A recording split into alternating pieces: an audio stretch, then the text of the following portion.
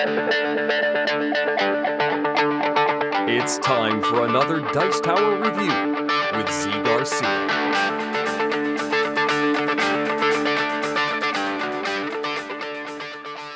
Hey folks, today I am taking a look at a little card game called Will Wok You. And as you can see from the title and from the drawings here of the silly little characters that are ingredients but are dressed up as, parodies of famous singers or performers, as you'll see. The game comes across as a silly, light card game. And it's a light card game, but it's there's a little bit more to it than that, I think. Let me give you an overview of how the game operates, and then I'll tell you some final thoughts after that. Here we go.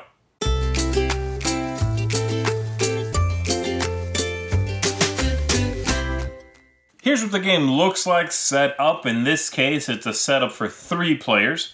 You are going to have 4 rows of ingredients here. The first 2 at the top here have 3 each. The last 2 have 2 ingredients each.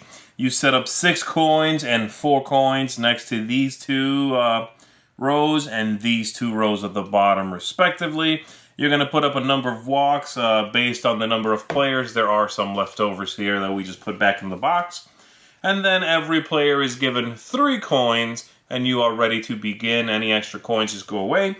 And that's it. The objective of the game is, of course, to get the most victory points. And you're going to be doing that by using your money to buy ingredients and then using those ingredients to acquire the woks and then putting the ingredients in the woks and they score you points.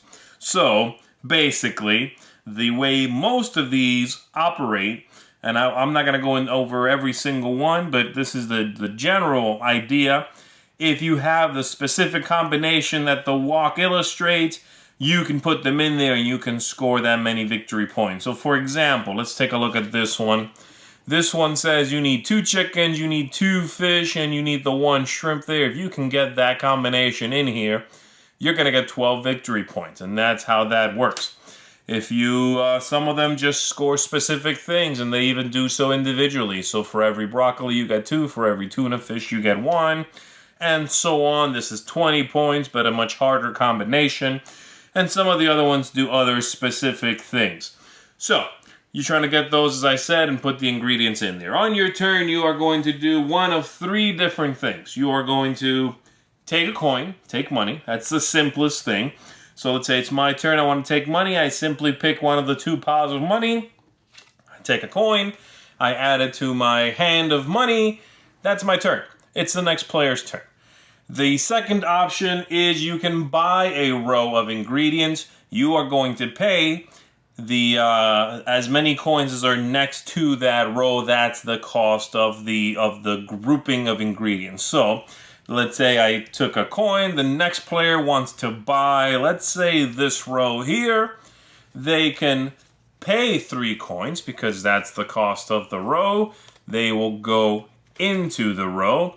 They take the ingredients, these go into their hand, and we replenish those ingredients from the deck.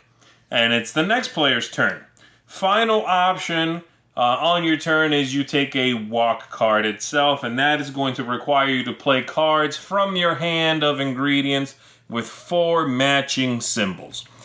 Let's say it's been a couple of turns and I've gathered up some ingredients here in my hand. Let me grab a couple more here off the top. Let's go with that. So this is what I've got.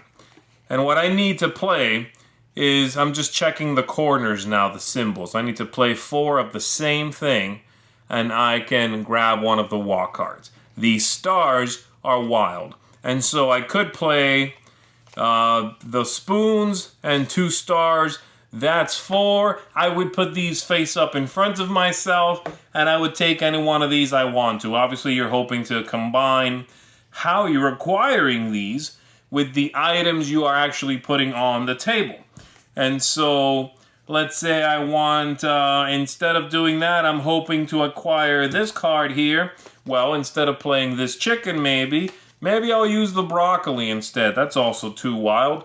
So I'll play both of these, and then I'll take this card, put it in front of myself, and I already know at the end of the game I'll be able to score this one at the very least for 2 points there, okay? These go in front of you. You do not have to assign them right away, but you can if you want to. And then this goes in front of you as well.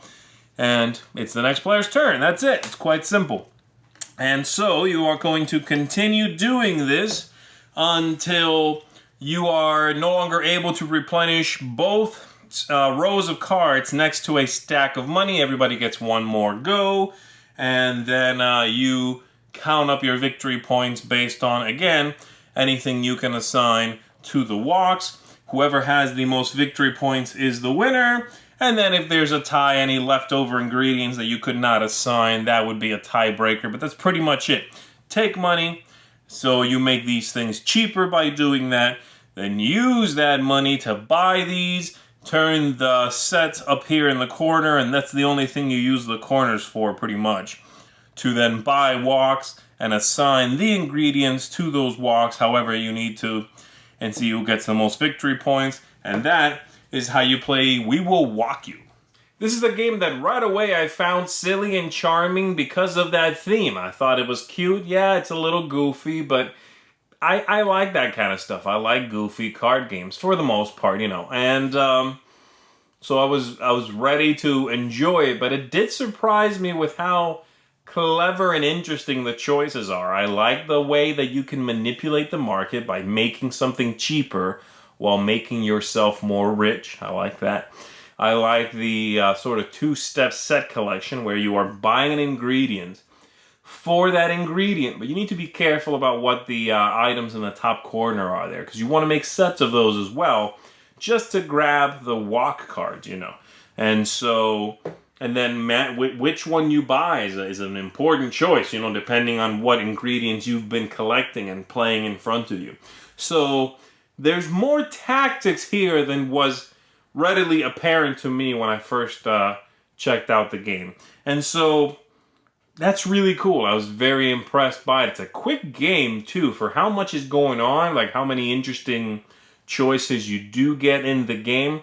The play time and the amount of choice to time investment ratio is nicely dense. It's well packed, So thumbs up from me on this one. I really enjoyed it. I think if you're looking for a game that gives you a good amount of content, it's like a gamer's filler game, I think this is maybe one you should check out. I will say I could see it turning some people off with the theme and the fact that it seems so silly and goofy for maybe something you want to bring out and play with. The serious gamers in your life maybe are not going to be as accepting of this theme. And I do often have an issue with a disconnect between how a game operates and how that game sort of sells itself. This one does that slightly. It seems sillier than it perhaps is, but not enough for me to say, ooh, they missed the mark on that. That's fine, and I liked it. So, thumbs up from me on We Will Wok You. Check this one out if you're looking for a really neat, very solid, tactically rich filler. We Will Wok You.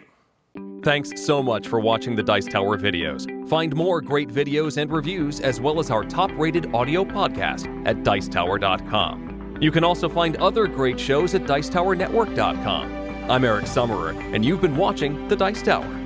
The Dice Tower is sponsored by Cool Stuff Inc., where you can find great games for great prices. Cool stuff in stock. Check them out at CoolStuffInc.com.